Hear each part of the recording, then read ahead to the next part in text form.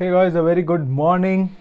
இன்னைக்கு ஒரு நாளை சூப்பராக ஆரம்பிப்போம். என்னென்னா மெடிடேஷன். இந்த மெடிடேஷனுங்கிற கான்செப்ட் கேட்ட உடனே எல்லோரும் என்ன நினைப்பாங்கன்னா, ஐயோ என்னால் முடியாது, தாட்ஸை கண்ட்ரோல் பண்ண முடியல, நான் எத்தனையோ வாட்டி ட்ரை பண்ணியிருக்கேன், உட்காந்துருக்கேன், பட் என்னால் முடியலை அப்படின்னு சொல்லுவாங்க. என்னோடய ஃப்ரெண்டுக்கிட்ட நான் வந்து மெடிடேட் பண்ணுறியாடா அப்படின்னு சொல்லி கேட்டேன். அவன் சொல்கிறதே தாட்ஸை கண்ட்ரோலே பண்ண முடியல மச்சான் அப்படிமா. நான் உண்மையை சொல்கிறேன், நான் அவ்வளோ பெரிய ஆள்லாம் கிடையாது, பட் ஒரு ஃபார் த பாஸ்ட் 15 years நான் மெடிடேஷன் பண்ணிகிட்ருக்கேன். இன்கன்சிஸ்டண்ட்டாக பண்ணிகிட்ருக்கேன், but I been doing it. என்னென்னா யாருனாலே தாட்ஸ் எல்லாம் கண்ட்ரோல் பண்ண முடியாதுங்க. அதாவது நான் என்னோடய சிந்தனையே வராமல் நான் இருக்கேன் அப்படின்னு சொல்கிறவங்க மனுஷனாக இருக்க முடியாது. அவங்க வந்து போயிருப்பாங்க, இன்னொரு ரெல்முக்கு போயிருப்பாங்க. அப்படி இருந்தால் மட்டும்தான் சிந்தனையே இல்லாமல் இருக்க முடியும். ஸோ நீங்கள் டப்புன்னு மெடிடேஷன் எடுத்தோடனே டோன்ட் திங்க் லைக் சிந்தனையே இல்லாமல் இருக்கிறது தான் மெடிடேஷன், என்னால் அதை அச்சீவ் பண்ண முடியல, நான் 10 நிமிஷம் உட்கார்றேன் ஆனால் பண்ண முடியலன்னு சொல்லிட்டு டோன்ட் கிவ் அப். கான்செப்ட் என்னென்னா, நான் சொல்கிறது பேசிக் மெடிடேஷன், புத்திசமோட மெடிடேஷன் தான் நான் ஃபாலோ பண்ணுறேன். என்னென்னா அதில் கான்செப்ட் சிம்பிளாக புரிஞ்சுக்கோங்க. என்னென்னா ஜஸ்ட் சிட், உங்கள் மூச்சை கவனிங்க. உங்கள் மூச்சை இழுத்து விடுறீங்கள, உங்கள் மூச்சை மட்டும் கவனிங்க. இந்த கவனிக்கும் போது சிந்தனைகள் வரும், யாருக்கும் வராமல் இருக்காது, வரும். அதையும் தாண்டி நம்ம மூச்சை கவனிப்போம். ஸோ எனக்கு லிட்டரலாக ஒரு 20 minutes, நான் ரெகுலராக 20 minutes தான் பண்ணுவேன். அந்த 20 minutesல சிந்தனைகள் 18 நிமிஷம் இருக்கும். அந்த 18 minutesம் எனக்கு வந்து கண்ட தாட்ஸ் எல்லாம் வரும், எங்கேருந்து வருதுன்னே தெரியாது. அதுக்கப்புறம் மறுபடியும் உட்காந்து பிரெத் மறுபடியும் பிரெத்துக்கு போவோம், மறுபடியும் வேறு எங்கேயோ போவோம், மறுபடியும் பிரெத்.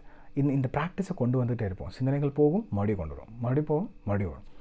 ஸோ இதை பண்ணிக்கிட்டே இருக்கும்போது ஏன் இது பண்ணுறோம் அப்படின்னா, ஒரு நாள் நம்ம ஆரம்பித்து நம்ம ஒரு லைஃப்பில் போயிட்டு இருக்கும்போது 1008 விஷயங்கள் நம்மளை இன்ஃப்ளூயன்ஸ் பண்ண ஆரம்பிக்கும். நம்மளோட ஃப்ரெண்ட்ஸாக இருக்கலாம், நம்மளோட சரௌண்டிங்ஸாக இருக்கலாம், டிவி, மொபைலு, அது இதுன்னு ஏகப்பட்ட சரௌண்டிங்ஸில் இன்ஃப்ளூயன்ஸ் பண்ணுவாங்க.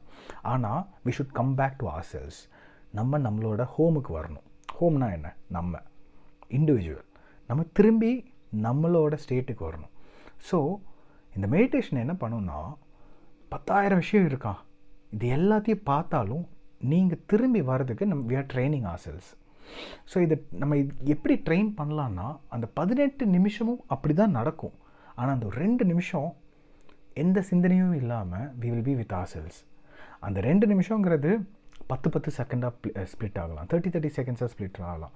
சில பெரிய லெஜெண்ட்ஸ்க்கெலாம் வந்து 2 minutes ஸ்ட்ராங்காக கிடைக்கும். பட் இன்டென்ஷன் என்னன்னு புரிஞ்சுக்கோங்க. நீங்கள் மெடிடேஷன் இன்றைக்கி நீங்கள் பண்ண ஆரம்பிச்சுன்னா ஒன்றுமே வேணாம், சிம்பிளாக ஆரம்பிங்க. ஜஸ்ட் சிட், மொபைல் நோண்டாமல் ஒரு பிளாங்க் வாலை பார்த்து சும்மா உட்காருங்க. Sit with your self. சிந்தனைகள் வரும், பரவாயில்ல, கொஞ்ச நேரம் அமைதியாக உட்காந்து பாருங்கள்.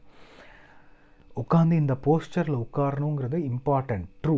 பட் ஃபார் ஸ்டார்டர்ஸ், ஆரம்பிக்கிறவங்களுக்கு உங்கள் கூட சும்மா ஒரு 5 நிமிஷம் உங்கள் கூட உட்காருங்க.